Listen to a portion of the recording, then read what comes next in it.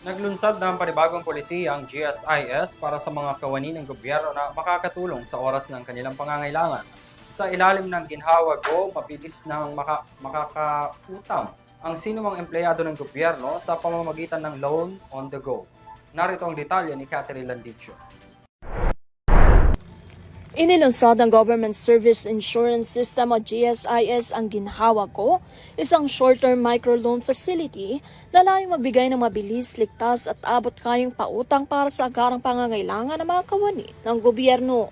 Ayon kay GSIS President at General Manager Jose Arnulfo Veloso, ang programa ay isang loan on the go na dinisenyo upang maging maginhawa, mabilis at secure para sa mga miyembro nito. Pinuo man ang programa upang tugunan ang kakulangan sa access sa short-term at transitional credit ng mga government worker. Samantala, binigyan diin ni Finance Secretary Frederick Go ang kahalagahan ng accessible microcredit upang maiwasan ang pagkalubog ng mga manggagawa sa utang dahil na rin sa mataas na interes ng mga predatory lender.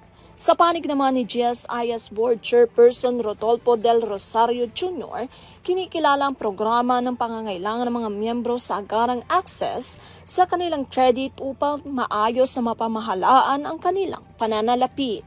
Sa ilalim ng ginhawa Go, maaaring umutang ang mga miyembro ng halagang mula 1,000 piso hanggang 4,000 piso na siya namang babayaran sa loob ng 30 hanggang 90 araw. Para naman sa mas mataas sa halaga, maaaring humiram ng 5,000 piso hanggang 50,000 piso na may payment terms na 3 hanggang 24 na buwan.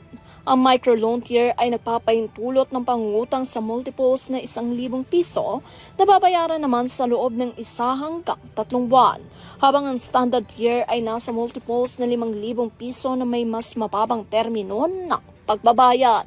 Ang interest rate ay 6% kada taon para sa mga miyembro na may hindi bababa sa 3 taong hulo at 7% naman para sa mga may mas mababa sa 3 taong kontribusyon at special members. Batay sa amortization schedule, ang 1,000 piso na uutangin at babayaran sa loob ng 30 araw sa 6% interes ay may kabuang hulog na 1,005 pesos. Kung saan babayaran naman sa loob ng 60 araw ay aabot sa 505 pesos kada buwan ang magiging hulog.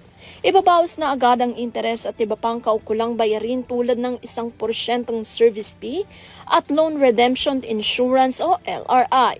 Sa ilalim ng LRI, hindi ipapasa sa pamilya o ipapasa sa pamilya ng borrower ang natitirang balanse sakaling ito ay pumanaw o magkaroon ng total permanent disability.